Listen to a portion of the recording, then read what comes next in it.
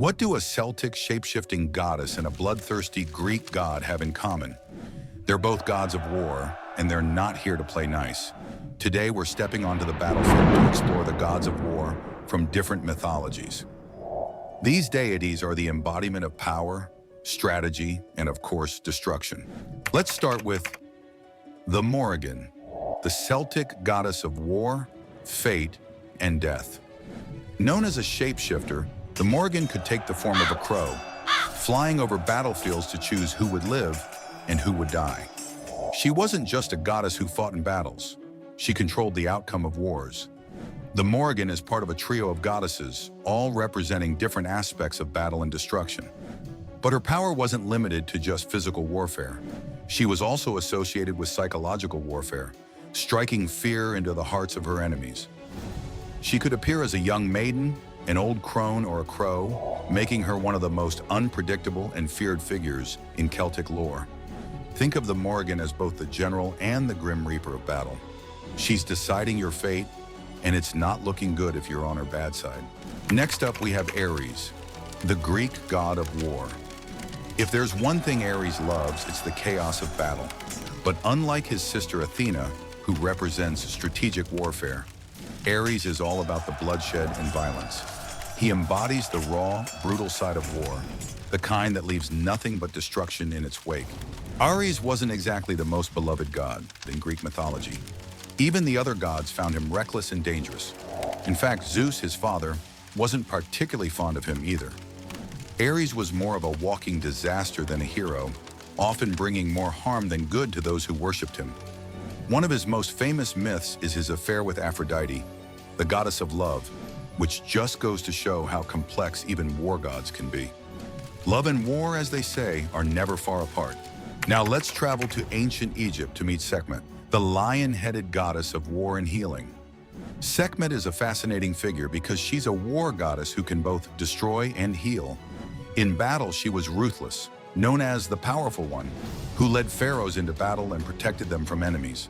She was a force of nature, with the scorching desert winds often seen as her breath. But here's the twist. Sekhmet also had a softer side. As the goddess of healing, she could restore life as easily as she took it.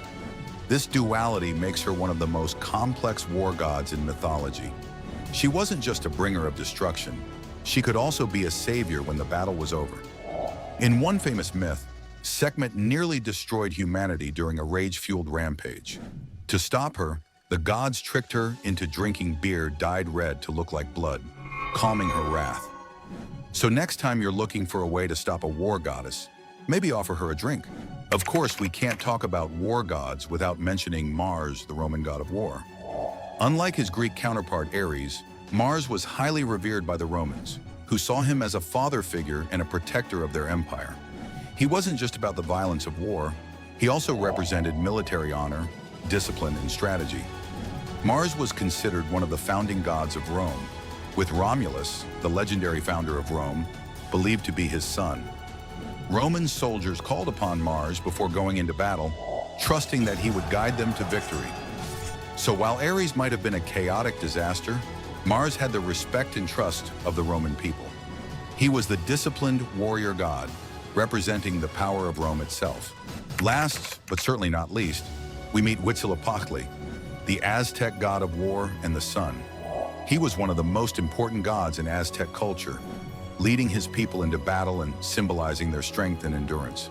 The Aztecs believed that Huitzilopochtli required regular offerings of blood to keep the sun rising each day. So human sacrifices were often made in his honor.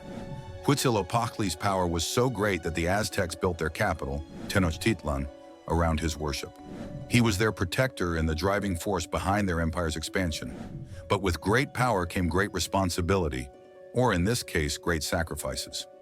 In Aztec mythology, Huitzilopochtli led his people to victory over rival tribes, ensuring their dominance. He wasn't just a war god, he was the sun itself, sustaining life and ensuring his people's survival. If you enjoyed exploring these war gods from across mythologies, be sure to like, subscribe, and hit the bell to stay updated on more mythological deep dives right here on Mythstorian. Remember, even the gods can't escape the battlefield.